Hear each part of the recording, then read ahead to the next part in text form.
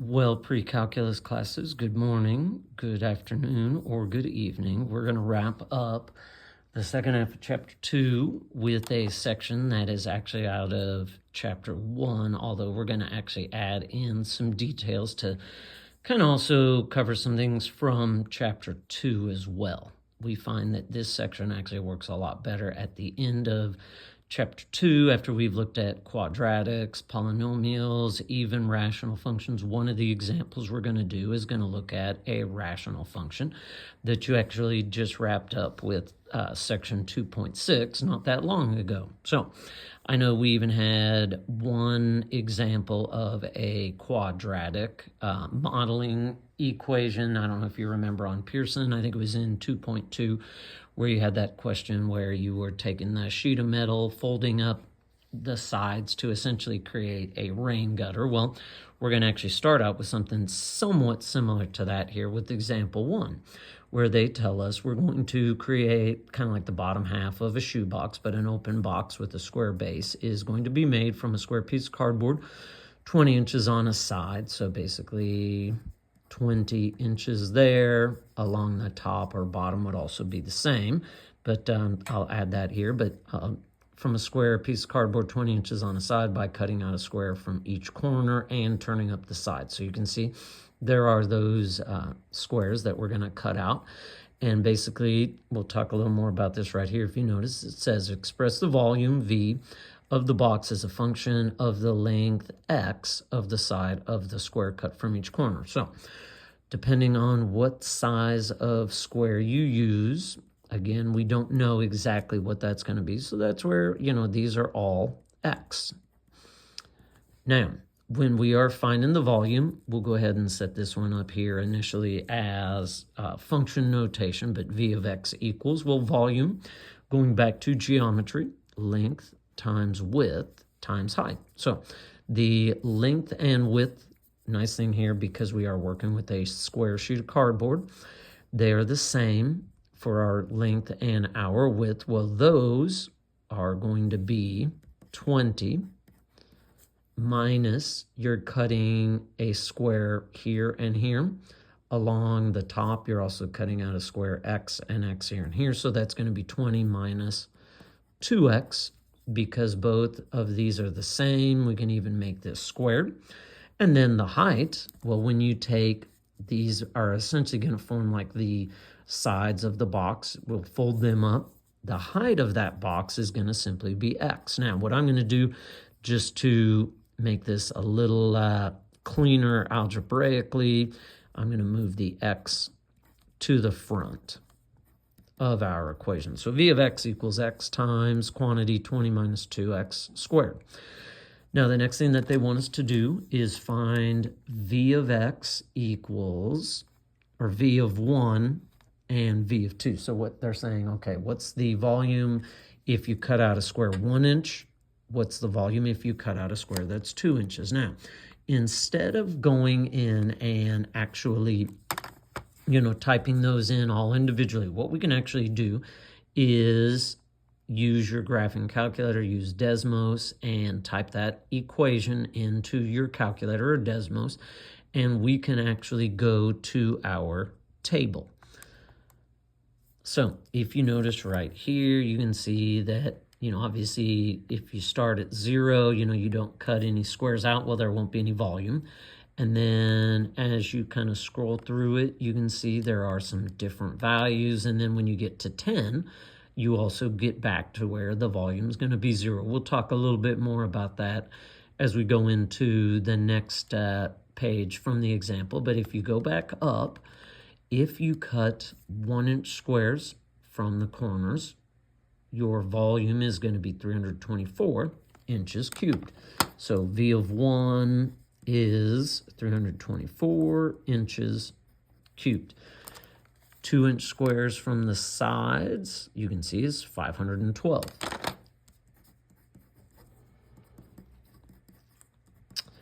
All right. Now, as we go on to the next page, like I said, we'll actually kind of analyze this a little bit further as well.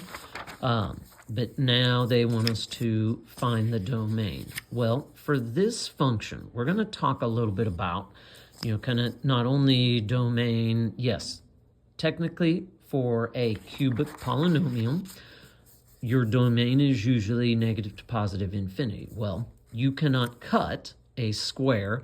We already saw on our table, the minimum is actually going to be 0. Now, if you look at your table, this one actually works pretty well for that. Although what we're going to actually do is kind of use the table to go in, look at our graph, just to see kind of what the actual dimensions are going to be. In order to actually get that to fit, what we'll do is we'll go in and, I already kind of set the window here for this one. I usually, when we look at our graph, I like to actually plug in a value just to the left of 0, my y minimum also, because yes, your volume can't ever drop below 0. Now, we found where that other, minimum point was going to be when x was 10. I like to have a little bit beyond that. And then if you go back in and look at your table, right here, you can kind of get an idea. Okay, 588, 576. So what I will usually do, the reason why I picked 700, just something that is above that. So that way, you kind of have that little bit of extra space. That way you hope that your initial trial works when you go and look at your graph. And you can see right here, it is kind of looks initially like a quadratic, gets to a maximum. Then it drops down. You can see right there is a bounce. Although some of this is not going to be what we actually use, and we'll even talk a little bit about that. So from here, we know our domain is going to, technically, because you can't cut a 0-inch square out of it, I'm going to even use a parenthesis there. Now, along here, the reason why we get a 0 at 10, well, if you were to plug 10 in, you would end up with a length or width, because 20 minus 2 times 10, well, 20 minus 20 is also 0. You cannot go beyond 10-inch squares. If you cut 10 inches, well, that's the midpoint. Well, you'd end up just cutting this sheet into 4 separate pieces. So it has to also be less than 10 for this to work. So when you actually sketch the graph, I'll actually kind of do this here. So before we do that, let's even go ahead and find that maximum point. So what we'll do is go back in, if you remember, that second trace, and then maximum. We did this back in chapter 1. Just make sure you are to the left of that maximum point for left bound. Scroll to the right of it for the right bound. And then at guess, you can just hit enter again. If you want, you can actually get a little bit closer to it, but your maximum point is going to be at 3 1/3, 10/3. The y value, I will go ahead and, round this off. It is 592.59. And then we'll actually talk a little bit about that. So out here, our minimum point's at 10. We know it starts at the origin. Now, from here, you don't have to be real precise, but then, so right here, we know, and again, kind of maybe try to be, here's 10/3. It's not quite halfway to 5. So we know our graph is going to reach a maximum, and then it's going to angle down, and then just, because of the 10 minus 2x squared, that is the reason it bounces. That, like I said, one of the reasons we do this section when we do, allows us to actually analyze the graph a little better, talk about qualities of graphing along with the function. So if we wanted to maximize the volume, what size of square should be cut out to do that? Well, 10/3 inch squares should be cut out. The maximum volume, roughly 592.59 inches cubed. Again, because you are working with a word problem, we do want you to label your answers there. So that's one of the fairly common types of,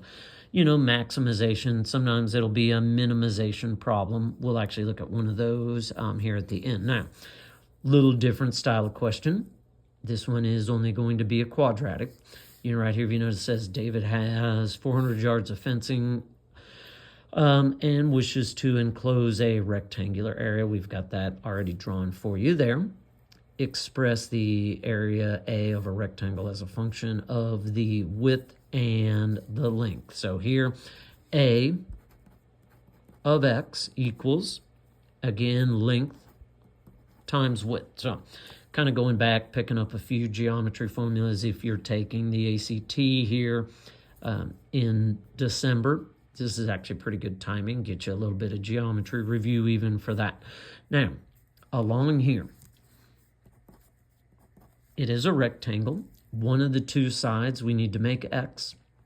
Now, knowing that, when you have a rectangle, this side is X, this side is X, well, 2X plus, and again, right here, the 400 yards, that's our total perimeter.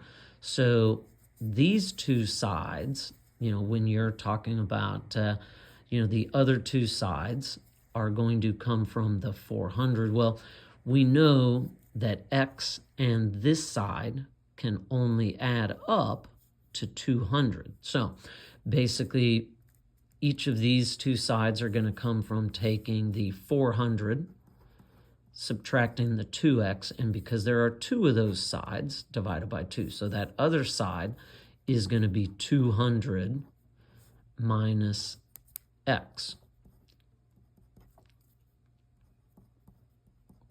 If you were to add these up, 200 minus x plus 200 minus x plus x, you would get a perimeter of 400. So your area is going to equal the length 200 minus x, the width is x. Again, I'm going to just clean that up. Let's put the x in front. So x times 200 minus x. Next, sketch a graph. Well, we can do that with our calculator. And so I'm going to go ahead and clear out what's in there. Now, this one we are going to actually have to we'll kind of talk a little bit. Sometimes what I like to do is, after we actually get this entered in, is if you go in and look at your table. Now, you can see, I'm not going to scroll all the way through. There are, because if you think about it, it goes all the way to 200 minus x. Now, there are going to be some instances where, if you think about kind of how you're going to sketch your graph, well, let's do this. Let's go in on our window. Well, we know, like, let's say you had a very narrow rectangle, 1 and 199. So x minimum, you can leave that as -1 here, because that, they have to be less than 200. So we can make this like 201. Now, if you go in, I'm going to leave these initially as they are, because here's where you sometimes have to do a little bit of trial and error. And you can see my graph is up there, and then you just see the tail end of it. Now, one thing that you can kind of do to help you maybe figure out your window, if you go in to, instead of just scrolling through your table, if you go to second window, we know the maximum side length is 200. Well, if I go in and use 100 on my table for where I want it to start, you can kind of see right here. Here is where you reach that maximum value. So the reason why my graph didn't come anywhere near showing up, well, my maximum now needs to be 10,000. So on my window, I'm going to go ahead and make this like 11,000, just to, again, make sure the whole graph shows up. And this one, unlike the last one, it is a quadratic. It's just a nice, smooth parabola with a maximum up there. So when we sketch our graph, we know this was 10,000, 0, and then at 200 out here. Well, we know the maximum is going to be at 100, just looking at our table. And again, now this one, because you've got nice symmetry, our graph is going to look something like, well, hopefully a little bit more symmetric when you draw yours. But anyway, that's what it's going to look like. As we finish, again, find the maximum point. One of the things that we do usually recommend, just go in real quick, find that maximum with the calculator, just to kind of make sure that what your table showed you was in fact the maximum, and it is, it's 110,000. So yes, we did just kind of double check for that maximum. Now from there, what should be the dimensions to maximize the area? Well, if you go back and actually look at x needs to be 100, so your maximum dimensions are going to be 100 and 200 minus 100. So when they say what should the dimensions be to maximize the area, 100 yards by 100 yards. What is the maximum area? 10,000 square yards, 10,000 yards squared. So that's the second type of example you could see with these. Now, one that's very similar to what we just did is now, and you can even see along the river here, Beth has 400 feet of fencing. So now instead of 400 yards, now we're going to use 400 feet, a little bit smaller area.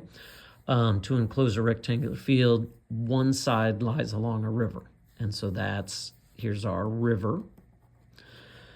And now only 3 sides are going to require fencing. So again, along here, because we don't necessarily know what is going to happen, although after this example, I'm going to kind of talk a little bit about examples 2 and 3 together.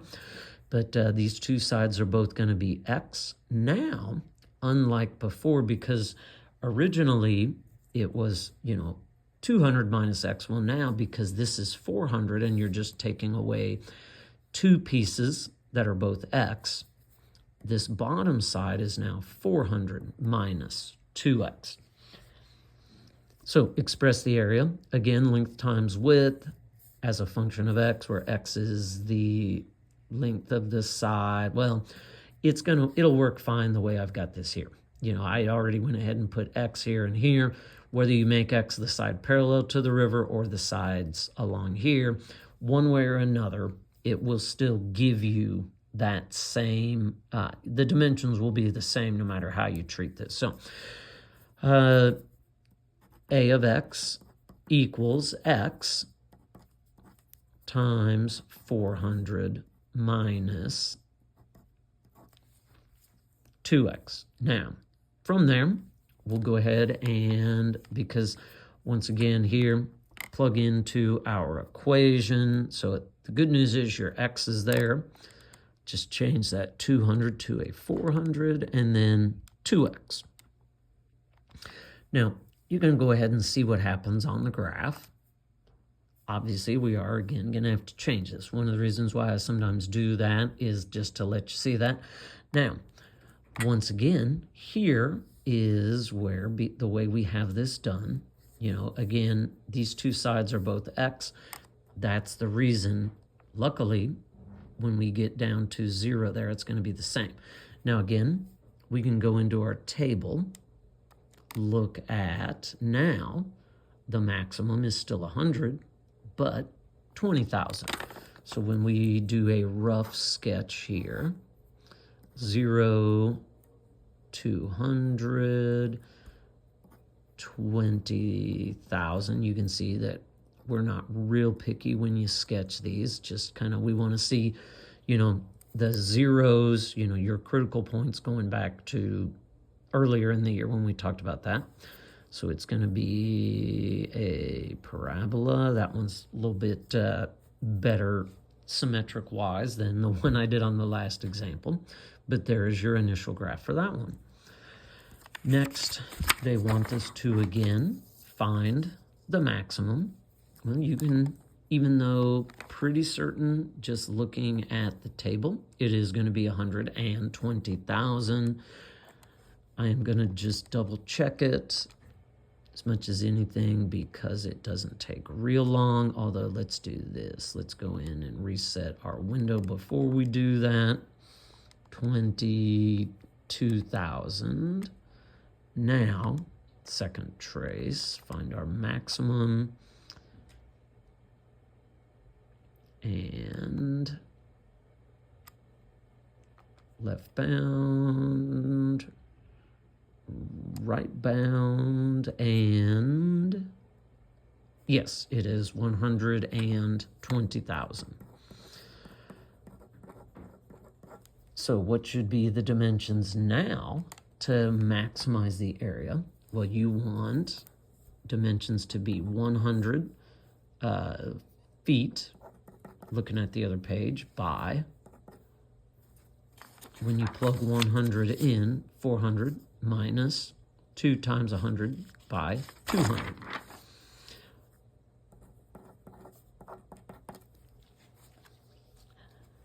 The maximum area, 20,000 feet squared. One of the things, do always just kind of double check, and that's why I went back here.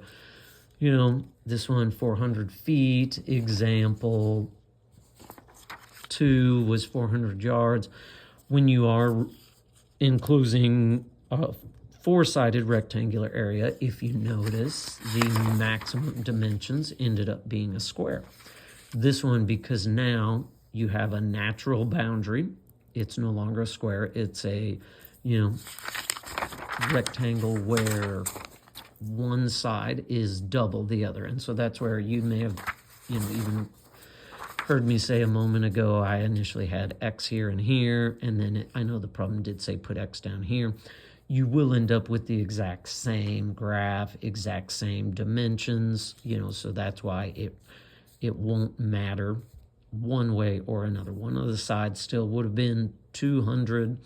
This side would have been the 200. These two sides would have been 100 as well. So you'll get, the same thing no matter how you set that problem up. All right, one last one that we're going to look at, and that's, as I said, at the very beginning of the video, we're also going to look at, one example of how these work if it is a rational function. So that's, we had not talked about those at all prior to Chapter 2. This allows us to go a little more in depth with some things. So the concentration C of a certain drug in a patient's bloodstream T hours after injection is given by C of T equals T over 2T squared plus 1.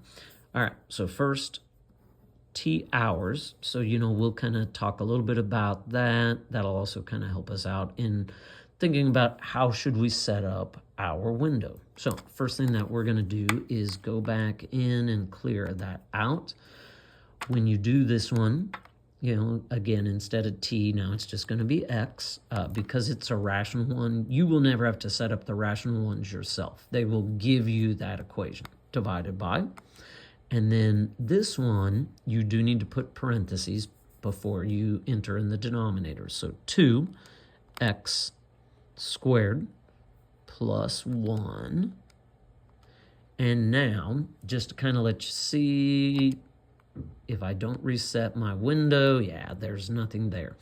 The graph is very condensed. We have such a huge window. And one of the reasons, if you think about it, and this is why I came back and circled the T hours. Well, you're talking about a drug in a patient's bloodstream. So more likely than not, it's something that likely going to have to use every day. So that's going to help us when we set up our window. That's one of the reasons always kind of look at units. That can often help you out with how to set that up. So again, -1, since it is, let's say it is something we do every day, we'll go 25 just to give us that extra there. Now, when I graph this, once again, you can see that even though we have shrunk our X window down, our Y window is way too big. Now, here's where what you can do, go back into your table. And let's even go back so we don't have to scroll, table set. And let's see what happens after 24 hours. So you can see, okay, very little amount there. And as I scroll through, you can see, well, the concentrations are actually very low. This is the reason why nothing was showing up. They are all, because basically these are percents, you know. Obviously, it's something that when it's, you know, injected into the blood, well, what we can do is now take our Y maximum from 22,000. I'm going to drop it all the way down to 1, and we'll kind of see what shows up. And sure enough, you can see a graph that does this. It reaches a maximum, and we can probably even take that 1 down to maybe 0.5 just to let it show up a little bit better. And there it is. Okay, so you can see it reaches a maximum pretty quickly, which hopefully makes sense. You know, you inject that in, it's going to get into your bloodstream pretty quickly. It reaches a maximum, and then over time, it slowly gets close to 0, and that's why it's something that has to probably be done daily. So when we sketch our graph, now again, we're going to start it at 0, and before we do that, let's actually go in and get our maximum.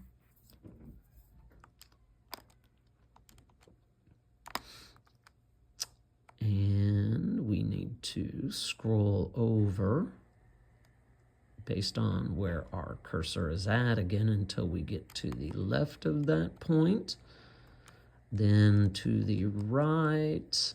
And when I move up there, I hit enter for guess, and maximum, I guess here, determine the time. The maximum time is around 0.71 hours.